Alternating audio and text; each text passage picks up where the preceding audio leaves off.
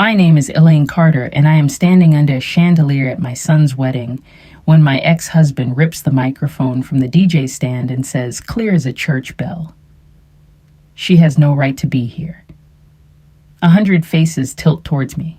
Flatware stills. Champagne bubbles climb like quiet accusations. My son Daniel leaves the head table and moves toward his father.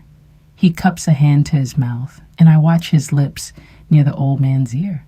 Tonight, he whispers, everyone will know who you really are. The music dies. The clink of ice in a water glass is the only sound. For one suspended breath, the whole ballroom at the Brookside Event Center goes as silent as the inside of a church. I didn't come to make a scene. I came because my son asked me to be there, the mother who worked double shifts and learned how to fix a garbage disposal from YouTube, the woman who taught him to balance a checkbook with a pencil and a scrap of envelope. I came wearing a red dress because Daniel swears red suits me, and because it reminds me I am still alive after all this, after the divorce, after the years of insinuations that I was less than an embarrassment, a footnote to his father's success. The day started in ordinary American ways, the kind I recognize from the life I've built since leaving him. Morning coffee from a chipped mug, my neighbor Edith leaning over my picket fence to say, "You look like $1,000,000, honey," and me laughing. Then I'll finally match the man who always wanted to buy me. I pinned on my mother's pearl necklace, the one she wore to church on Easter Sundays in Dayton, and I pressed a tiny linen handkerchief into my clutch, because ladies of my mother's era always did. The drive across town smelled of cut grass and hot asphalt. Landscapers were trimming the median near the mall, and a boy on a scooter flashed past the crosswalk like joy itself. Ordinary things. The things that hold you together when a storm is on the horizon. The Glenwood Chapel ceremony was simple scripture vows, sunlight angling through stained glass. My ex-husband sat with his new wife, who wore glitter like armor. I stayed quiet, clasping hands with my sister while the pastor spoke about love as an action, not a feeling. After the recessional, we all climbed into cars and made our way to Brookside. It's a big place, the kind of place people pick when they want to prove something. Valet parking, manicured hedges, a wall of mirrors that flatters everyone. The foyer smelled faintly of lemon oil and roses. On the gift table, I recognized the skillet set I had bought from Kohl's wrapped in paper with tiny blue dots. Practical gifts keep a kitchen going through hard times. The seating chart placed me in the second row near the dance floor, not far from the head table. It was a kindness from my son and a boundary. I respected both. The DJ played Sinatra and Motown safe, generous music for a room full of cousins and co-workers. I saw the electrician from the shop where I answer phones part-time. He lifted his glass to me. I saw Mrs. Delgado from Daniel's Little League days and the kindergarten teacher who once sent home a note that said he has a good heart. It is a gift when people remember your child that way. Then came the toasts. First, a maid of honor with a story about college roommates and a broken toaster. Then, the best man who loves my son like a brother and cried halfway through. People dabbed their eyes.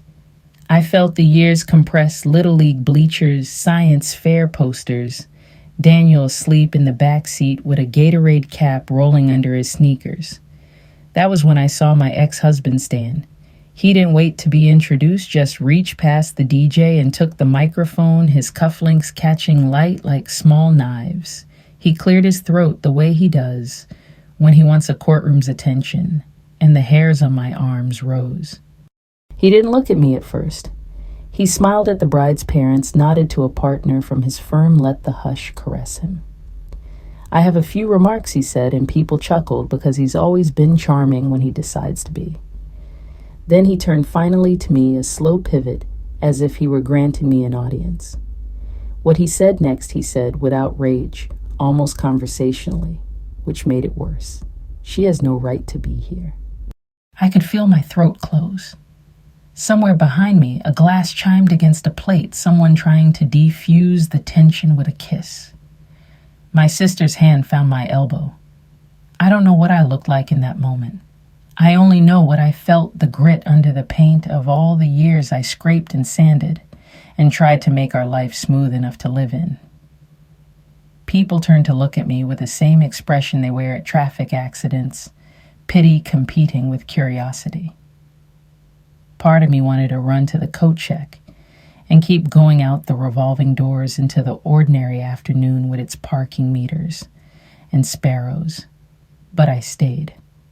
I stayed because my son was somewhere in this room, and a mother stays until the lights come up.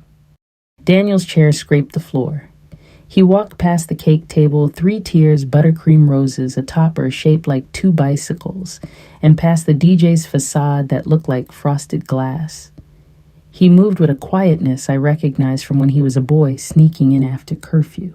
He stood beside his father and lifted a hand to shield his words. I watched the tendons in his wrists flex, saw his wedding ring flash like a promise. He whispered, and the whisper landed like a pebble dropped into a deep well. His father's face stiffened, then smoothed itself back into something he thought would pass for calm. What Daniel whispered I didn't yet know. But I knew his tone. It was the tone of a man who has learned that truth doesn't need to shout. He took the microphone gently from his father's fingers as if rescuing something fragile. The DJ, a young man in suspenders, glanced at me with a question in his eyes. I shook my head that I was fine. Fine is a big word that can mean I'll survive this moment and see the next. The room waited through the soft hum of the air conditioner, through the shuffle of a server carrying coffee cups, through the nervous laugh of someone who didn't get the memo that a life was about to tilt. I straightened my shoulders. If there was going to be a reckoning, I wanted to meet it standing up in my mother's pearls, a woman of 58 who has seen worse and kept the lights on anyway. Daniel looked at me first. Not at his father, not at the crowd, at me, his mother, the person who taught him to tie a tie and to send thank you notes. He nodded, once a signal we've used for years. That means I've got this. Then he turned to the crowd and cleared his throat. The last thing I registered before he spoke was a tiny detail, the varnish on the dance floor reflecting the chandelier like a shallow lake. It felt to me like standing at the edge of water and knowing you're about to step in. He didn't always speak like a judge delivering a sentence. Back when we were 25 and foolish, he talked like a man who believed in long summers and low mortgage rates. We met at a Labor Day cookout behind an apartment complex in Beaver Creek Burgers on a cheap grill plastic cups, sweating on a card table. He wore a Reds cap. I brought potato salad in a Tupperware that never came back. He just started at a small law firm, and he called me kiddo, though we were the same age. He liked how practical I was. I liked that he returned library books on time. It's funny what you think matters when you haven't seen a winter yet. We married in a Methodist church that smelled faintly of old hymnals and lemon polish. The fellowship hall had ceiling tiles and punch with sherbet floating like little islands.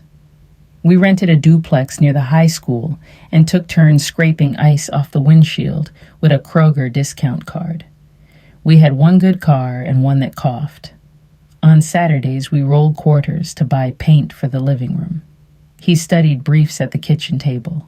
I learned to make pot roast that didn't dry out. Ordinary love, no fireworks, just pilot light. Daniel arrived a year later, red-faced and outraged at the fluorescent lights of Grandview Hospital. The nurse placed him on my chest and the world made a new sound, the kind you only hear once. After that, our life reorganized itself around nap schedules and pediatrician visits and car seats that never quite clicked into the latch without a fight. We had a diaper bag that could supply a small nation in a budget that could not. I went back to work at the insurance office, answering phones and pronouncing deductibles like a foreign language. We compared calendars on Sunday nights, court dates, daycare, his firm's holiday party, where wives wore shoes that made them walk like happy deer. Success arrived not as a miracle, but as a slow accretion of billable hours. He grew expensive suits that hung right watches that announced themselves. I bought a dress at JCPenney on clearance and hemmed it by hand. He started to talk in new ways, phrases that piled up like drift optics, leveraged narrative. At first, I was proud. Then I noticed how those words turn people into pieces on a board. He drew a line between winners and everyone else and insisted he lived on the right side. When Daniel was 8, he won the school science fair with a solar oven we made out of a pizza box. I remember my husband breezing in late and clapping Daniel on the shoulder as if he had built a cathedral. After in the car, he said, "You know, Elaine, when a man builds something, he shouldn't be shy about letting people know." I said, "He's a boy. He built it because it was fun." He looked at me like I had missed a memo. The distance between us opened then small as a hairline crack in a windshield. You can drive with those for a long time, telling yourself it will hold. The crack widened slowly. He began staying downtown after work for client dinners that ended at midnight. I learned our accountant's voice, calm and tidy, telling me we were rebalancing to take better advantage of growth. I learned that rebalancing meant selling the house plant to buy another chandelier. I learned that if you object at just the wrong moment in a very nice kitchen, you can be accused of not understanding the world we live in. He trimmed our life into a photograph he could show other men. The contempt arrived quietly. He didn't shout. He specialized in sighs and little chuckles. If I forgot to chill the white wine, he'd pat my hand and say, "We can't all be detail people." If I spoke at a work dinner, he would rephrase me for the table like a translator improving bad copy. I found myself saving the good jokes for the grocery clerk who laughed without keeping score. I stored tiny humiliations like paper cuts too small to make a scene about numerous enough to bleed. The day the line was crossed, Daniel was 15. He'd been suspended for 2 days for shoving a boy who called me a name that mothers do not forget. My husband arrived at the principal's office, wearing the tie he keeps for funerals. He apologized to the principal and shook the vice principal's hand and told Daniel we would manage optics at home. In the car, he asked where I had parked, and when I pointed, he walked the opposite direction. At dinner, he served Daniel a lecture on restraint. After dishes, he served me a lecture on class. "You can't expect people to respect you," he said, "when you linger in smallness." He gestured vaguely toward my life, which contained a crock pot, a broken humidifier, and a boy who had defended my name. I stood at the sink and felt something finish burning. We lasted 3 more years out of habit and hope. Hope is a stubborn glue. But the day I discovered he had moved money through a shell LLC to avoid including it in our marital assets, something changed that even hope could not mend.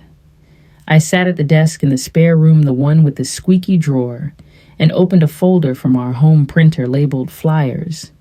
Inside were PDF scans of statements I had never seen. No smoking gun, just math that didn't add. I'm not a forensic accountant, but I know a river when it runs under my house. I made copies and put them in a manila envelope between the pages of my mother's Methodist hymnal, the one with wrinkles, in blessed assurance. I did not confront him. Some truths need time to ripen, and some men grow careful when they smell smoke. I saw a lawyer who still wore scuffed shoes and called me Ms. Carter, not kiddo. We filed. He raged like a gentleman in letters and depositions in the way he refused to look at me in court. He had a better lawyer and a bigger story. I had receipt books, bank printouts, and the memory of the first time he kissed me behind a grill. The settlement favored him. People with good hair and wide networks often win the first inning. So I moved into a small Cape Cod on a quiet street with maples that go loud in October. I learned the names of my neighbors' dogs and the schedule for trash pickup. I made soup and paid bills and bought a used washer from a guy named Troy, who insisted on installing it for free because his mother liked my voice when I answered the phone at the shop. I discovered you can be lonely and peaceful at the same time, like the interstate at 2 a.m. I kept working first at the insurance office and later at the electrical shop where I write up service orders and know which foreman takes his coffee black. Daniel came home from college during summers and mowed my tiny lawn without being asked. He dated a girl with laugh lines at 22. I noticed how he looked at her when she wasn't watching. I noticed he didn't flinch when she won arguments on merit. The first time he brought her to Thanksgiving, he carved the turkey and squeezed my shoulder as if to say we made it. His father sent a text busy. Clients, congratulations. The word clients is a kind of religion for some men. Time did something kind to us. Daniel got a job with the city public works, the sort of work that keeps water moving and streets plowed. He rose because he shows up, and eventually he moved to a larger firm that designs green infrastructure. Honest money still exists, you just have to know where to look. When he told me he was proposing, he did it in my kitchen with peppermint tea and a ring he could afford. I want you at the wedding. He said, as if such a thing were ever in doubt. Then he said, but Mom, I also need you to trust me. He didn't say with what. He didn't have to. The hymnal on my bookshelf felt heavy with its old secrets. The invitation arrived in a thick cream envelope, my name written in Daniel's careful print. The return address belonged to the Brookside Event Center, a place I'd only seen in advertisements where everyone looks airbrushed. I bought the red dress because my son said I looked like strength in red. I had the pearls restrung. I pressed the hymnal flat with both palms. It looked back at me from the table as if to say, you kept the engine warm. When the time comes, the car will start. And so on a Saturday in June, I parked where the attendant pointed and walked into the chandelier world. I hugged Mrs. Delgado and nodded at the electrician and kissed the bride's mother on both cheeks.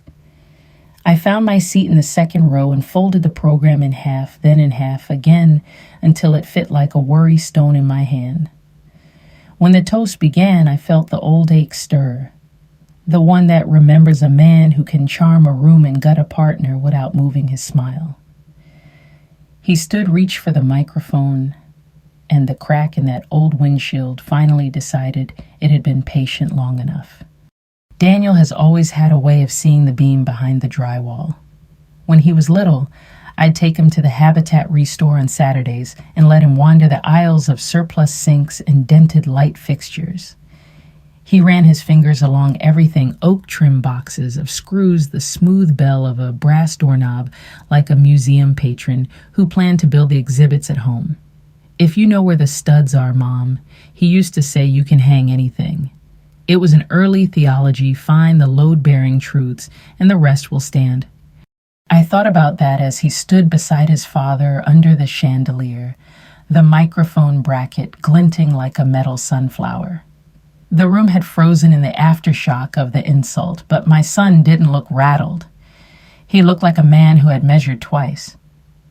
The past few years had been full of small signs that he was building towards something.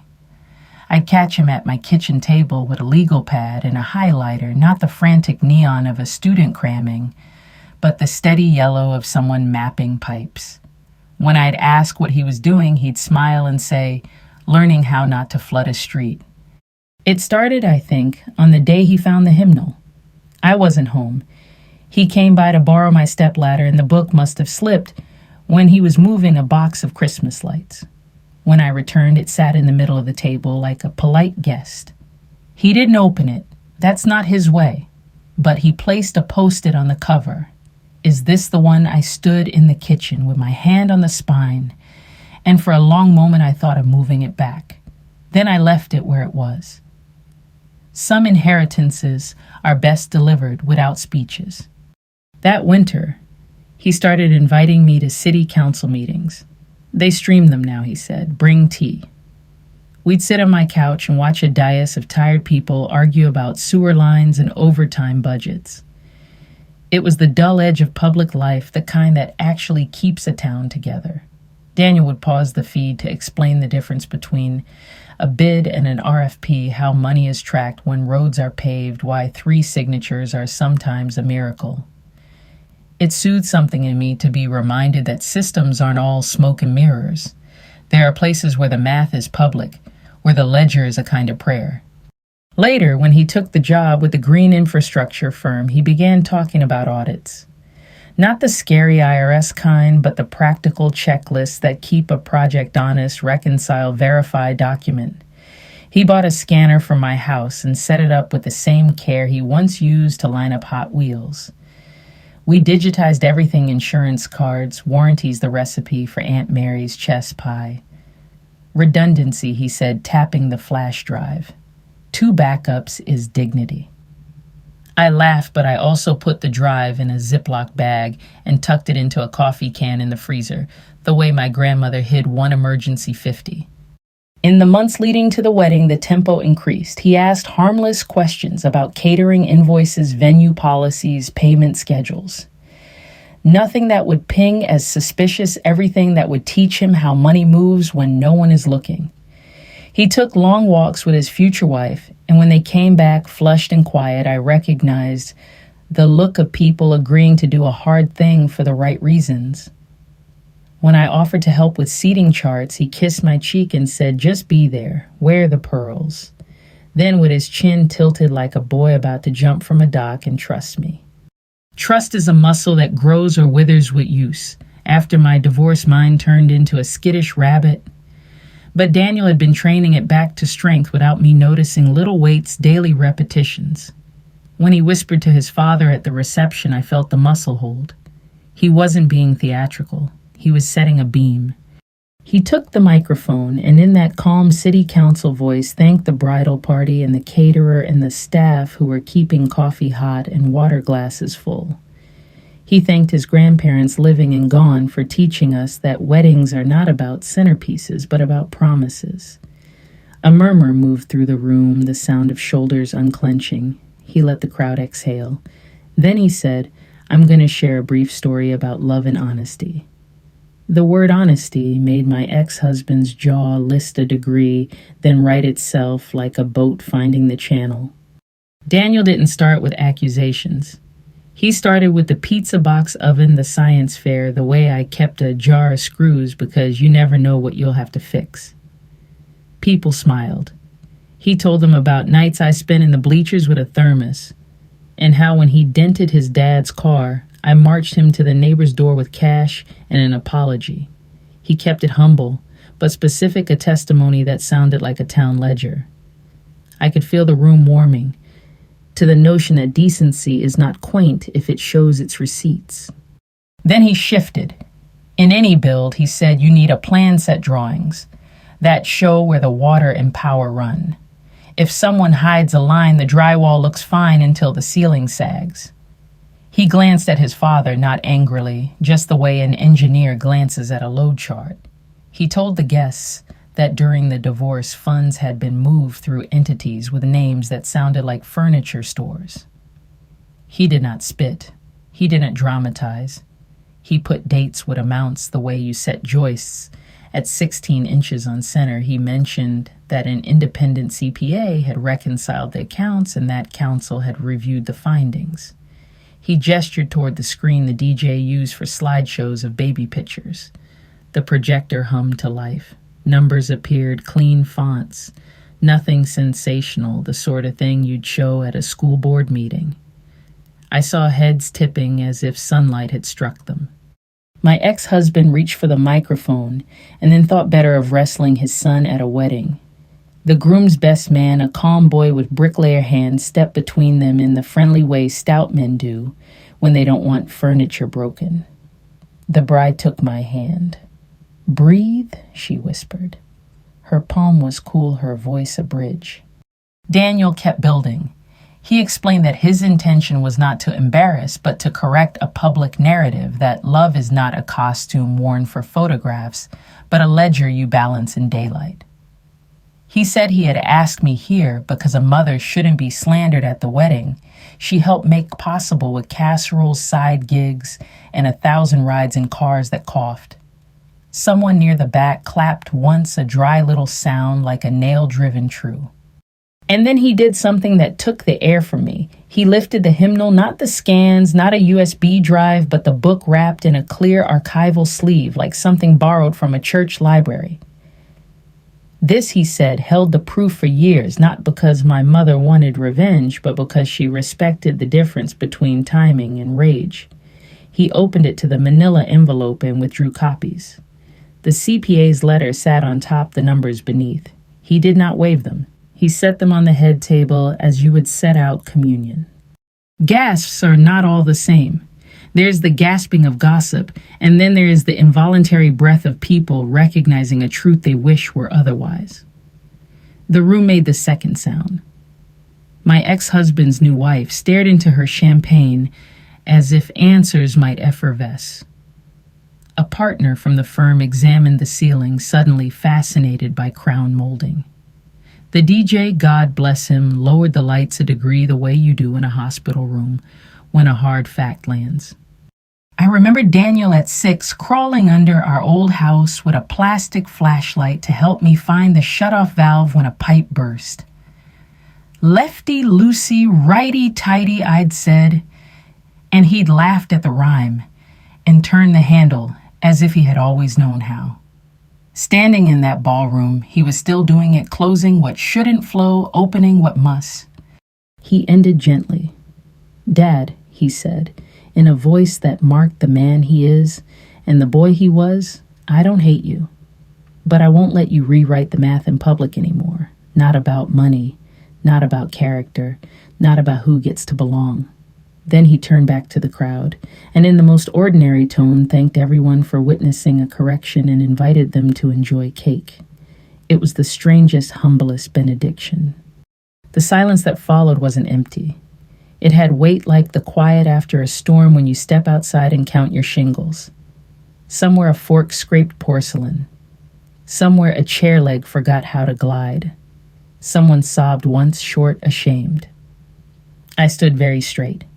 My mother's pearls were cool against my throat like a hand steadying me across an icy patch. He tried to smile first. That was his opening move in every crisis flash, the courtroom grin drop his shoulders into the soft posture of a reasonable man, invite the room to believe this was a misunderstanding between capable adults. "Folks," he said, pitching his voice to a register that had soothed juries and school boards, "we don't want to let numbers spoil a beautiful day." His hand hovered over the microphone as if manners alone entitled him to take it back. The best man bless that boy's bricklayer steadiness didn't flinch. He kept one palm on the stand, friendly as a crossing guard who is nevertheless not moving. My ex's partner, Lyle, a man whose suit buttons always looked tired, started toward the head table and then thought better of it. You could see him doing math in the mirror wall, who was watching what discovery would compel, whether billable hours could fix a son with good paper. The new wife, glittering in a dress that wished it were armor, dabbed nothing from the corner of her eye. I found myself noticing tiny practical things, the cake knife laid out on a linen napkin, the coffee urn burbling to itself in the corner, the assistant manager whispering to a server to hold back the late-night sliders. Life doesn't pause for your plot. It keeps the coffee hot. Daniel, my ex, said, as if addressing co-counsel, "You're conflating settlements with distributions. Your mother knows we are both represented." The court. Daniel didn't raise his voice. "The court heard the story you told with the documents you allowed," he said. "These," he tapped, "the CPA letter are the documents you did not." He wasn't grandstanding. He was laying tile. The projector screen still showed neat rows, dates, amounts, a riverbed finally mapped.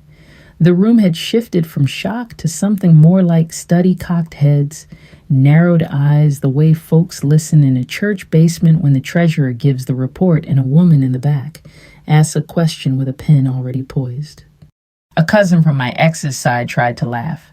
"Come on," he called toward our table. "Let's not turn this into a city meeting." The bride's uncle, a man with a volunteer firefighter mustache, turned on him with a look that said, "Not today." The DJ did something gentle with the lights, again dimming the dance floor while keeping the aisle bright, splitting the room into quiet and clarity. The effect felt pastoral, like the way a good usher opens just enough blinds for a Bible study so folks can see the print. Elaine, my ex, said, then my name shaped like an exhibit he wished to impeach. Surely you don't want. I met his eyes. It had been a long time since I looked at him straight on without bracing for the chuckle, the small sigh, the correction for the room. I want cake served while it's fresh, I said. And my voice surprised me with its evenness.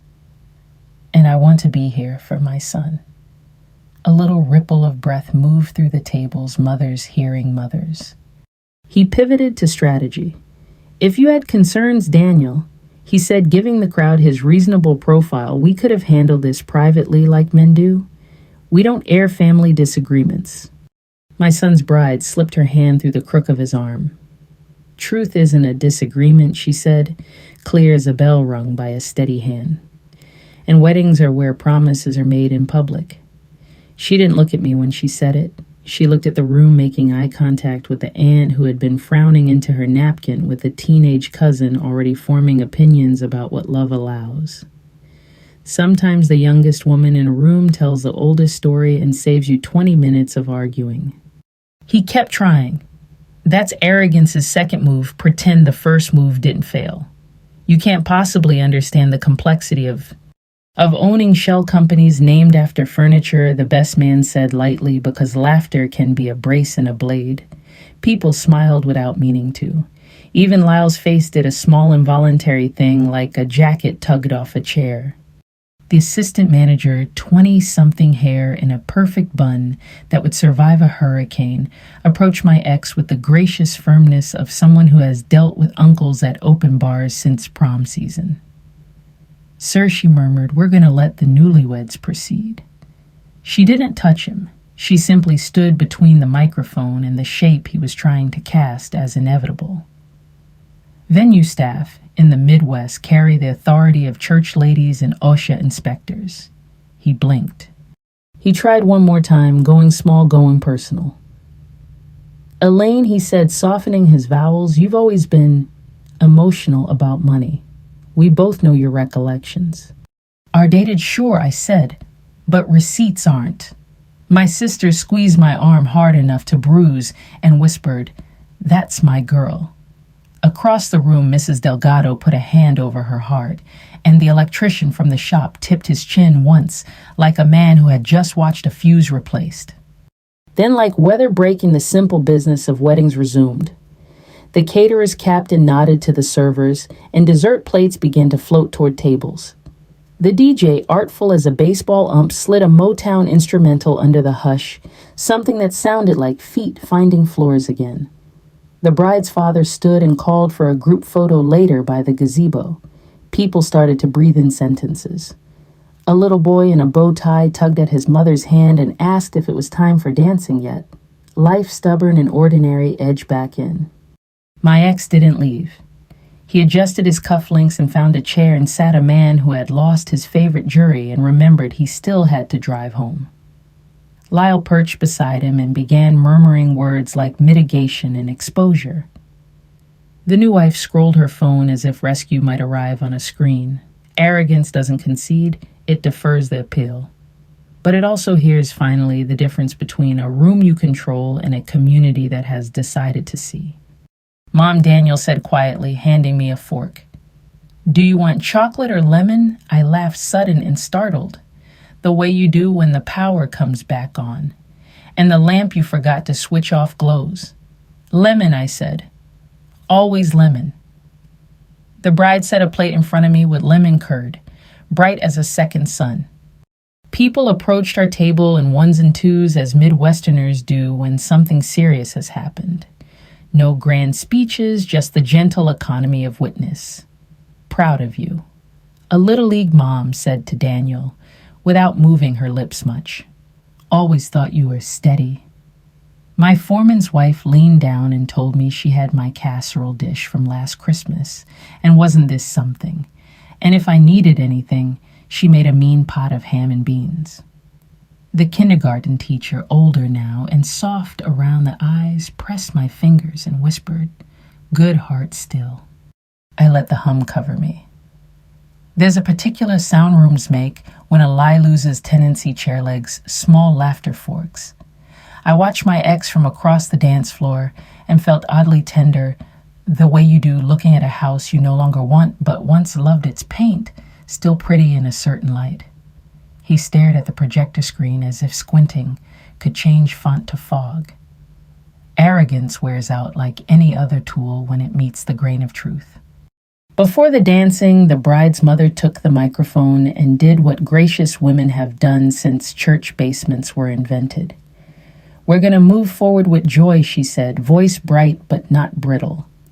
"If you have questions about invoices or integrity, there's lemon cake and a very nice young CPA in the corner."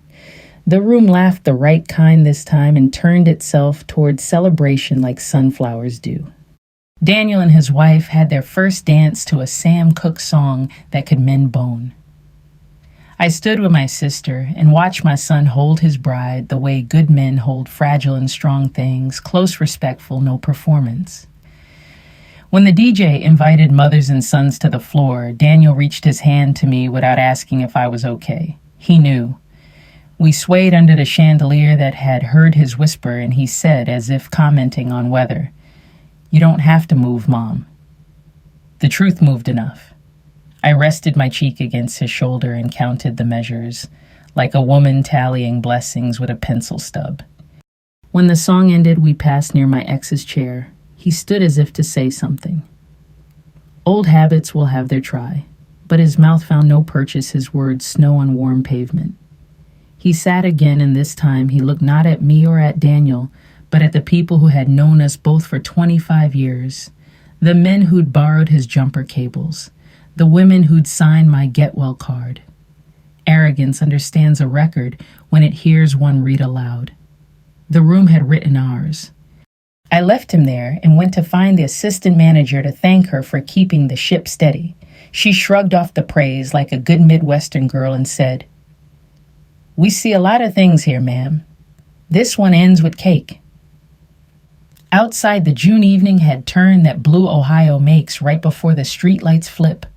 A couple of teenagers and prom leftovers took selfies by the hedge. The valet ran to fetch a car for an old man with a cane. Ordinary life again, as generous as a refill. Inside, the band picked up an old Temptations groove, and even Lyle had the decency to bob his head. My ex stared into his seltzer. Later, he would send emails with subject lines like clarification and in light of. Later, perhaps, he would learn to say the words I once hoped to hear. But in that room under that chandelier, his kingdom met its jurisdiction. After the first dances, the room found its rhythm, but my bones still hummed like they do after a long drive. People drifted toward me with the cautious kindness of neighbors, approaching a fallen branch wanting to help without making a fuss. I could feel the heat of my ex's stare moving across the parquet like a searchlight, then veer away when it met the simple fortifications of community Mrs. Delgado telling the bride she danced like a girl who watered her plants, the electrician bragging about a granddaughter's spelling, be my foreman's wife offering to send leftovers home in those foil pans you can scrub and use again. Daniel found me near the coffee urn. He slid a glass of water into my hand, the way he used to slide a permission slip across the table. "Look at this when you can, Mom." He didn't speak until I drank. "You good?" he asked. "I'm upright," I said. "That's good enough." He nodded toward the projector screen, now gone dark. "I didn't want to turn your life into a graph," he said. "But I also didn't want to let a story stand when the math said otherwise." "What did you whisper to him?" I asked. The question had been tapping the inside of my mouth like a polite guest wanting to leave. Daniel leaned against the wall, hands in pockets, like he did at 17 when he was trying not to look like he'd grown into himself. I told him there were letters, he said, not threats, requests, from the Bar Association's Ethics Committee, from the firm's own compliance officer, and from a judge he respects off the record but not unserious. He met my eyes. I told him this wasn't a performance, it was a notice. A server slid between us with a tray of cheesecakes. I stepped aside, and in the small shuffle I felt my heart make room for something both heavy and kind. The knowledge that my son had built not just a reveal, but a path plank set end to end sturdy enough to carry us from spectacle to consequence. I thought of all the times I had told him, if you start a job, finish it. He had listened, only he'd made the job larger than I would have dared. How did you... All that I gestured vaguely toward the head table, where the CPA's letter lay like an obedient dog waiting for a command. He shrugged the way men do when they've worked hard and prefer to let the work stand. Some of it was your binder, he said, my old 3-ring with pencil doodles on the cover and tabs labeled with my tidy handwriting. Some came from public records. Ohio's business filings are a mess if you don't know where to look, but they're there. And he glanced toward his wife, who was laughing with her maid of honor. Her uncle's an auditor for the state. He gave me a list of questions, not answers. The questions were enough. We stood together and watched his bride touch the old women on the elbow as she passed small, respectful presses that told a whole story about how she was raised.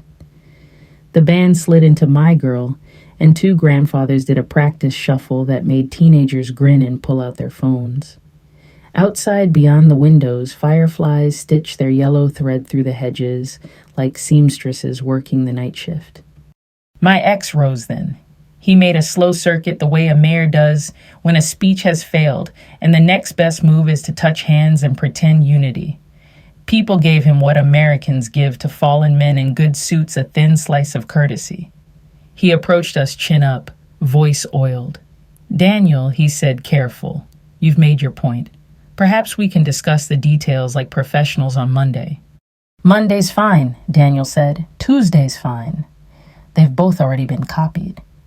My ex blinked. Copy to whom? The people who should see them, Daniel said. Dad, this isn't an ambush.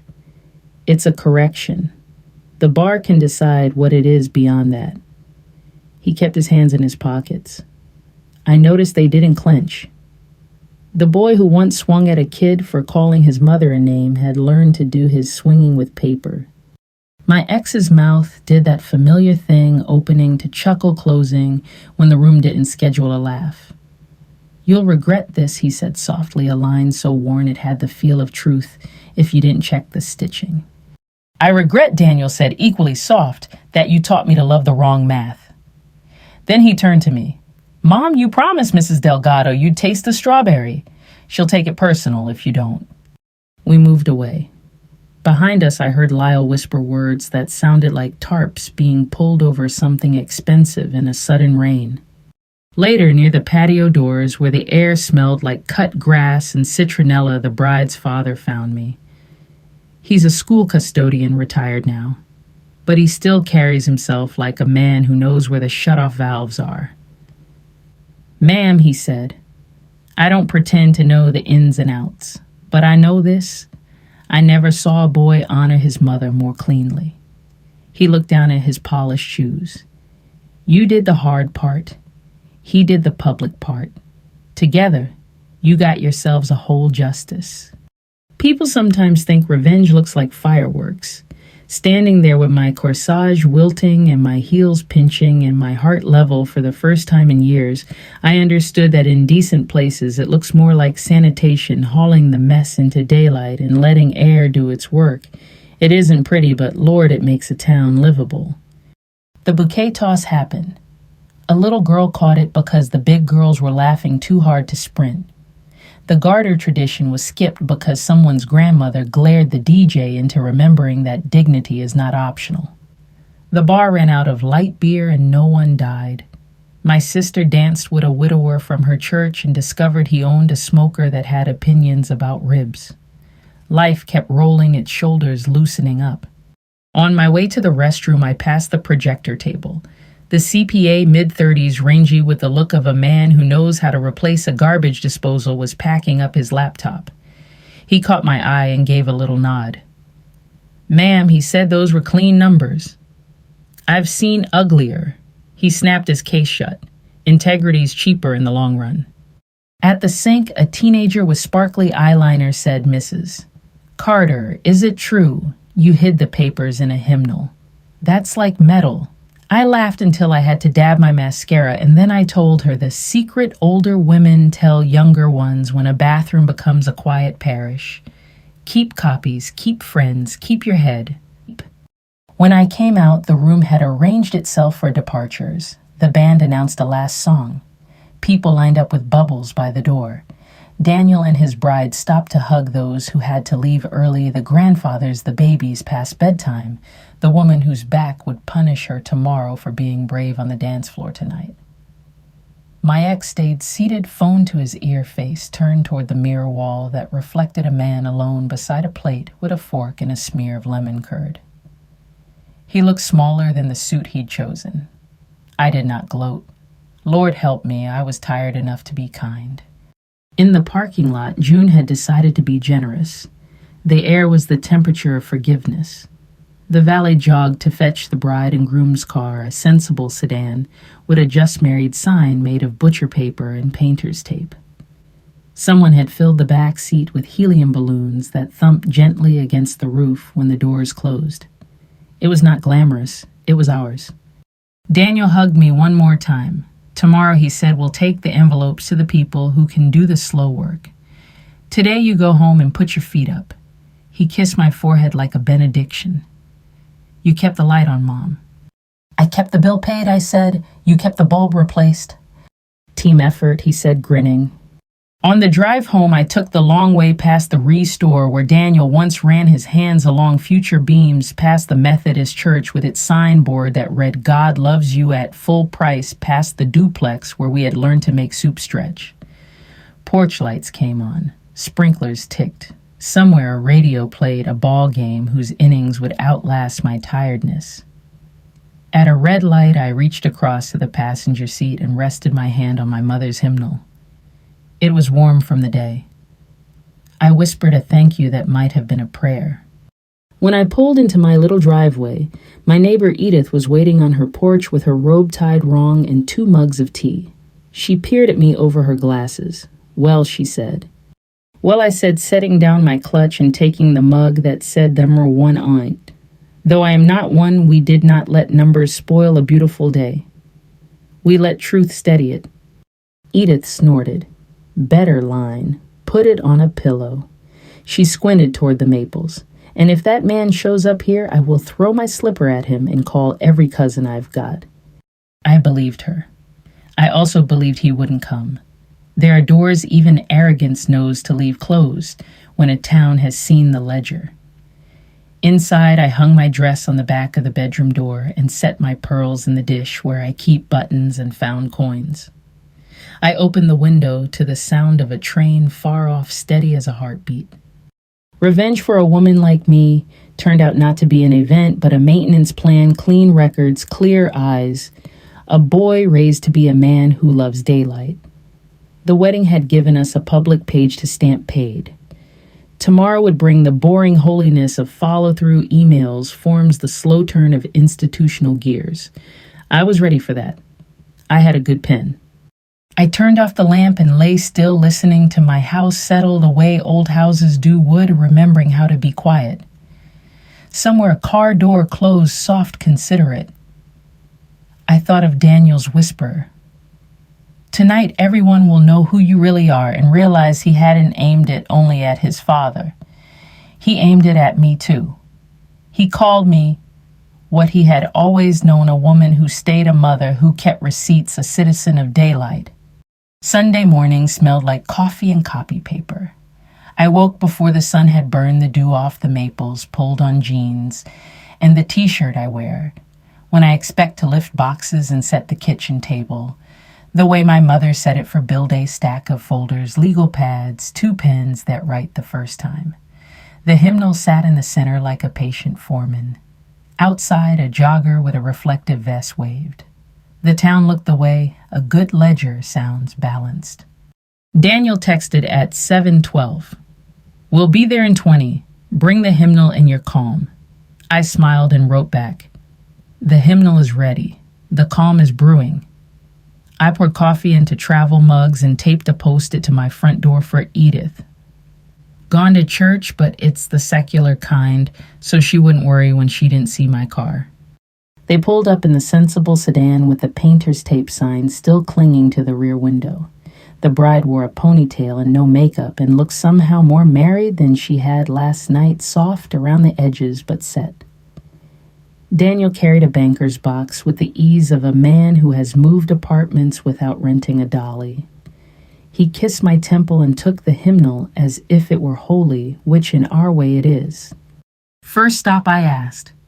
CPA's office, he said. He wants to notarize the letter and append a summary of exhibits. Then, the Bar Association Dropbox. Then, the firm's compliance email, which sends a receipt you can't delete. After that, we let the slow gears turn and we go. Buy a mop and return wedding rentals like respectable people. The CPA worked out of a tidy building near the post office in a suite that smelled like lemon cleaner and printer fuser. He greeted us in a polo shirt and shook my hand with the grip of a decent man who has scraped a few knuckles on his own garbage disposal. Ms. Carter, he said, I'm sorry about the venue, but I'm not sorry about the truth. He led us to a conference room with a faux mahogany table and a wall clock that ticked like a metronome set to sober. We spread the papers, bank statements, corporate filings, distributions that sidestep daylight. He read the letter he'd drafted, eyes moving left to right like a mower cutting careful rows. He made small marks with a pencil and then slid the page toward me. Anything here that feels untrue or unfair, he asked. Unfair is how he learned to win, I said. Untrue is what he tried to make the rest of us swallow. I signed where sticky flags told me to. He signed, then called in the notary a woman with bifocals on a chain who smelled like peppermint. She stamped the page with the confidence of a person who knows ink and pressure can make a world hold. Back in the hall, the CPA hesitated. One more thing. He looked at Daniel. Your father's partner called late last night. Fishing. I told him I don't discuss client matters by phone. He hinted at persuasion. I hinted at recorded lines. He shrugged. It's Monday tomorrow. People like him always think Monday will reset the clock. It won't, but he'll try. Daniel nodded. We expect it. He shook the man's hand the way sons do when they see their mothers respected. Thanks for keeping the porch light on. The Bar Association building was quieter than a library on a snow day. The receptionist took our envelope and slid it into a locked metal drawer, the way altar guild ladies tuck away communion silver. You'll receive a case number by email, she said. Initial review within 30 days, full investigation if warranted. Her voice had the calm of process. I felt my shoulders drop a degree. Justice in this country is slower than we want and faster than the indolent hope. On the sidewalk, a breeze lifted a dry leaf and set it down again. The town sounded like church bells and lawnmowers and one squirrel scolding no one in particular. Daniel checked his watch. Next, he sent an email with delivery receipts to the firm. Then breakfast. I promised my wife hash browns the size of holiday platters. We found a booth at the diner, where I took him after his first Little League loss, a place with vinyl seats, a waitress who calls every woman baby and cinnamon in the coffee if you ask right. I watched my son and his bride share a plate and a look that said they had agreed to be on the same side when hard days came. On the TV above the counter, a talking head explained a scandal in another state. I thought how small our town is, how big our lives feel inside it, and how the scales of consequence always look the same when you read them line by line. When we stood to leave, the waitress handed me the check with a wink. On the house, she said, then lowered her voice. My sister's divorce was ugly. Took her years to get the math heard. You give that boy of yours an extra hug for doing it clean. I tipped anyway because dignity loves a paper trail. At noon, my phone buzzed. The firm's compliance office had auto-replied, received. Your concern has been logged. Someone had clicked a box at a desk with a ficus plant. The click mattered. An hour later, a second email. Please be available for follow-up questions. I was available. I have been available for years. I have been. We spent the afternoon doing the holy dull work that keeps joy from turning sticky, returning the cake stand, bundling tablecloths, making small talk with a rental clerk who said he once saw a father punch a groomsman and still thought our wedding story topped it. At least yours had spreadsheets, he said appreciatively, as if truth were a good clutch. Around 3, Lyle called. Not me, Daniel. His name flashed on my son's screen while we were coiling fairy lights into a bin. Let it go to voicemail, I said. He's rehearsed. He'll sound reasonable. Daniel listened anyway. The message was well-worn velvet. Son Lyle began. I've always admired your steadiness. We're concerned you may not appreciate the reputational consequences of, well, public misunderstandings. Perhaps we could convene just us and avoid needless embarrassment to all parties. He offered a conference room like a life raft. He offered lunch. He offered the soft hand of men who have held too many pens and not enough truth. Daniel deleted the voicemail and typed a reply email that could hang on a church bulletin board without scandal. Happy to answer questions in writing. Please direct formal responses to the bar's case number in our CPA's office. We will not meet privately. He looked at me and raised an eyebrow, and I felt the click of a lock engaging on a door I had once left ajar. By 5, we were back at my kitchen table eating leftover lemon cake off paper towels and reading the only letter that mattered, the one Daniel and his bride had written to each other and exchanged before the church copied in their own hand for the day they'd forget what they promised. It was simple. We will tell the truth even when it costs.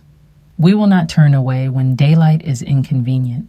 We will keep the books together. I've read scripture with less useful commandments.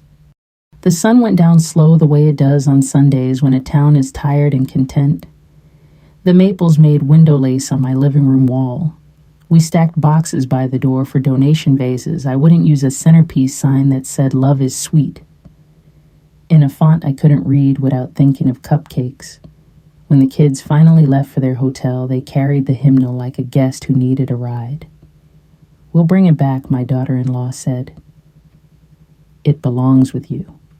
Everything that matters from it already belongs with you, I said. You've got the copy. Keep it where you keep the deed to your house and the spare car title and the recipe cards you love. After they drove away, the quiet settled like a soft blanket. My phone buzzed one more time. It was a number I recognized, a retired judge, the one who had once told my ex that law is the math of mercy. He had watched a portion of the wedding video, a guest's shaky phone, I assumed. Ms. Carter, he said, voice like old walnut. I am sorry your joy was pressed into service. I am not sorry for the service rendered. If you need a letter about character, I have known yours for 30 years. Send the request through proper channels. I'll keep it on my desk. I thanked him, then stood at the sink and washed 2 coffee mugs for the second time because my hands needed something simple to do. Outside, a train blew its long, lonesome note, and the night took it in. I thought of my ex in his quiet house composing emails with subject lines like clarification and in light of discovering that fewer people were hitting reply. I did not wish him ruin. I wished him accuracy. Before bed, I wrote a single sentence on a 3x5 card and taped it inside my pantry door, where I keep the baking powder dignity as a daily entry. It was for me, not him. Because revenge, I was learning, isn't the fire, it's the bookkeeping after the way you keep your life true, so the story you tell on Sunday matches the receipts you lay down on Monday. I turned off the kitchen light, patted the hymnal's empty place on the table, and let my old house settle. Somewhere in town, a clerk set our envelope in a stack. Somewhere else, a woman in bifocals stamped a date on the top right corner. Small acts, all of them. The kind that hold a roof when weather comes. The email from the bar came first case number assigned preliminary inquiry, opened responses due in 10 business days. It was the kind of message that doesn't raise its voice. It doesn't have to. Process is a riverbed. Water finds it. Daniel forwarded it with a single-line daylight proceeding as scheduled. I read it at my kitchen table and felt the odd comfort of something enormous choosing to move at the pace of ordinary time. By Tuesday, the firm released a statement so careful you could see lawyers' fingerprints on every comma. We take ethical concerns seriously. We are cooperating fully. We cannot comment on ongoing matters. None of it surprised me. What did was the way the town received it, where people once would have nodded and moved on. This time they looked up and said, well, that tracks, and I wondered about that lake place after the tax bill. I saw my ex at Kroger aisle 7 comparing marinara like integrity might be hiding under a lid. He didn't see me at first. When he finally looked up, he tried the courtroom smile, the one that used to melt inconvenience. I nodded and pushed my cart pass. We are not obliged to keep explaining ourselves to the people who taught us to doubt our own ledgers. That night, the new wife left a voicemail soft smoky, the tone a boutique uses when it won't accept returns. Elaine, I'd love to clear the air. There are 2 sides. I deleted it. You cannot clear air by spritzing perfume into a garage where the car is still running. Some of us have already opened the door. Wednesday brought an internal memo administrative leave pending review, which leaked before lunch, as memos do in towns where the receptionist once babysat, the paralegal, and the mailroom clerk plays bass at the Moose Lodge. I baked banana bread for the crew at the shop and wrote for break room on the foil. I wasn't celebrating. I was acknowledging that something had shifted and good people still had to work. Daniel kept his promise to do the slow work. He wrote timelines. He answered questions with documents instead of adjectives. He stayed even. Watching him at my table, jaw relaxed, pen uncapped, I realized we had trained each other. I taught him to keep receipts and return carts to the corral even in rain. He taught me that gentleness can carry a hammer when it must. On Saturday, I bought tomatoes at the farmer's market. An elderly man from church lifted his cap and said, saw the video, took guts. Reminded me of when we made the county publish the drainage plans. People think grand stories are made of exotic parts. Mostly they are built from petitions, notices, and neighbors who decide to read. The call I did not expect came Sunday night from the landline we once shared. I let it ring out.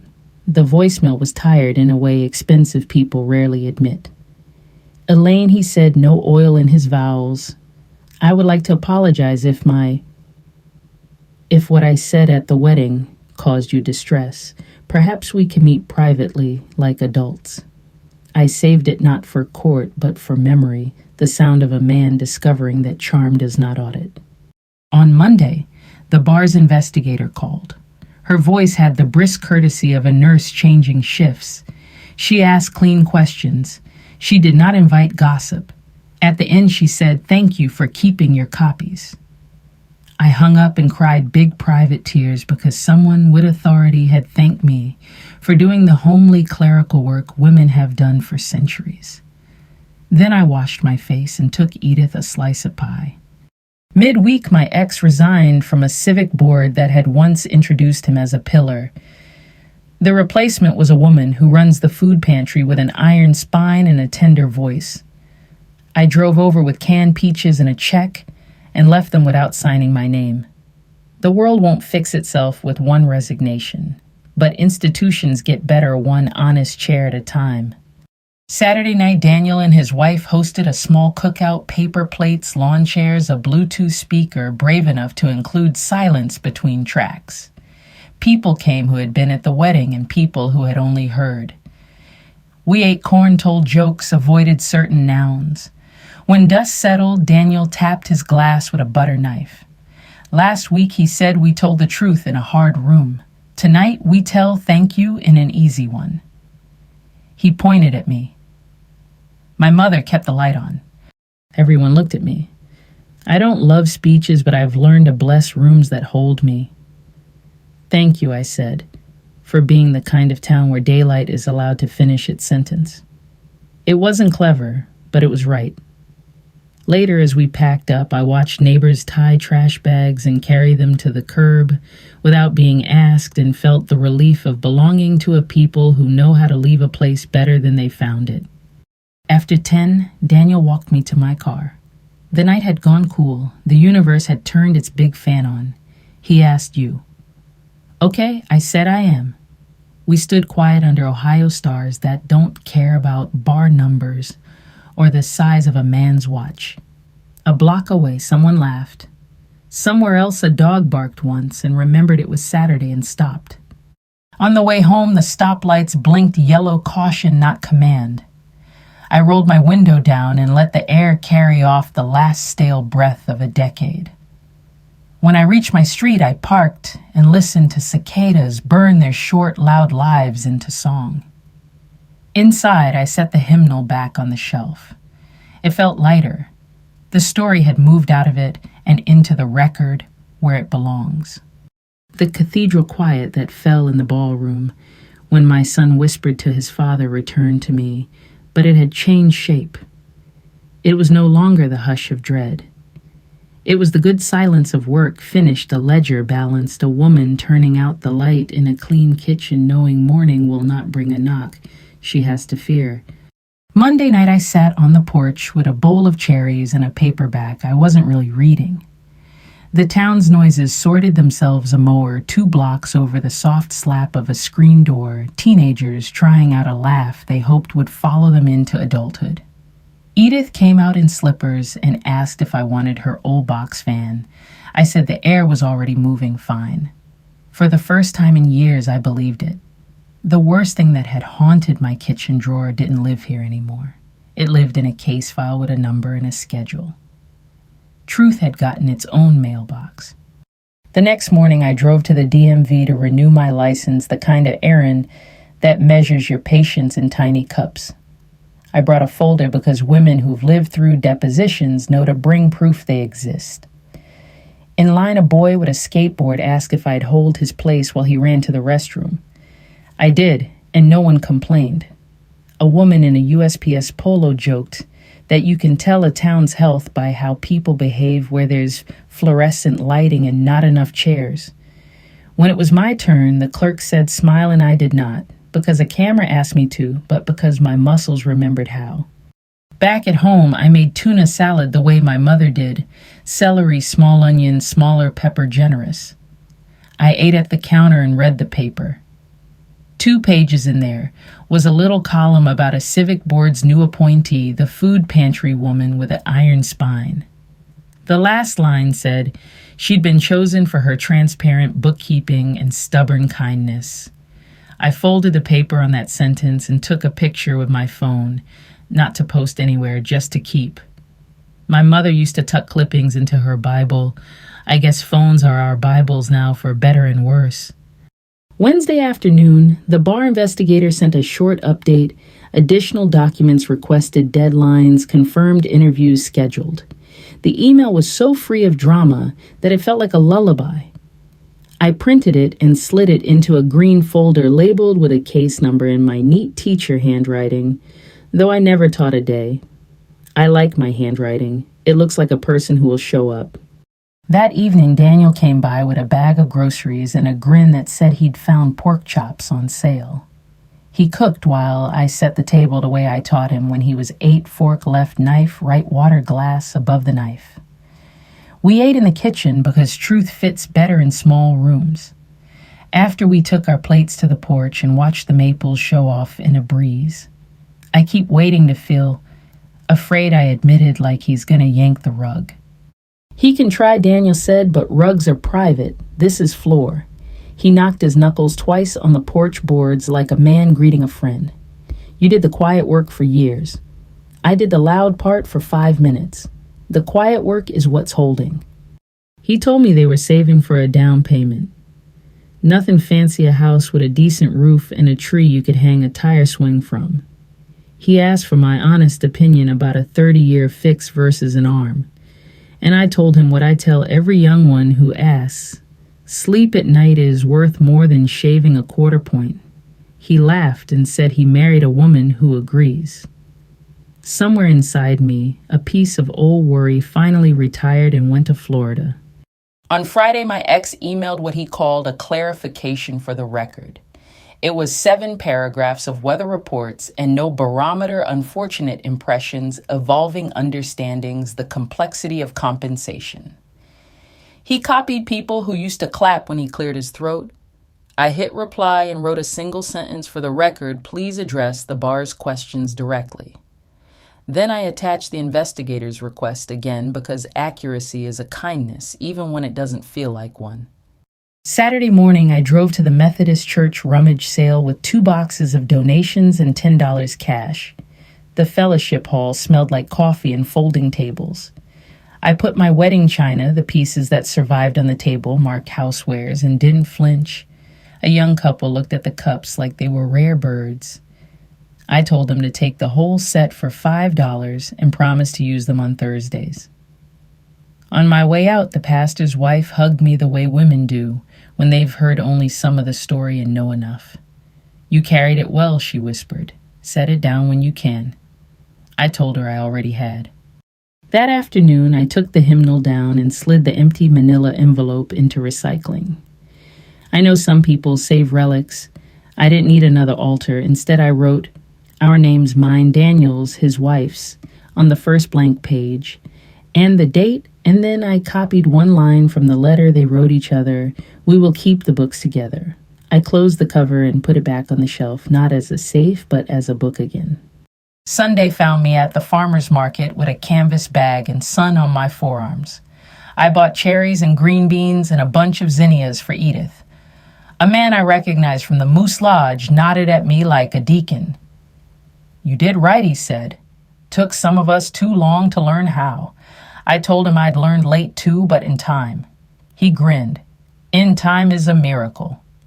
That evening, with the windows open and the ball game low on the radio, I wrote a letter to my younger self. I told her there would be days she would mistake silence for peace and men's confidence for competence. I told her to keep copies and friends and casseroles in the freezer. I told her a son would grow up to teach her what mercy looks like when it's brave. I folded the letter and tucked it behind the pantry card where I'd written, "Dignity is a daily entry." Maybe someday I'll show it to a granddaughter and say, "This is how we tie our shoes when the world tries to trip us." I wish I could say my ex called with the right words, or that the town never looked at me with that spectator's tilt again, or that process always works. It doesn't. Sometimes the gears grind and stall.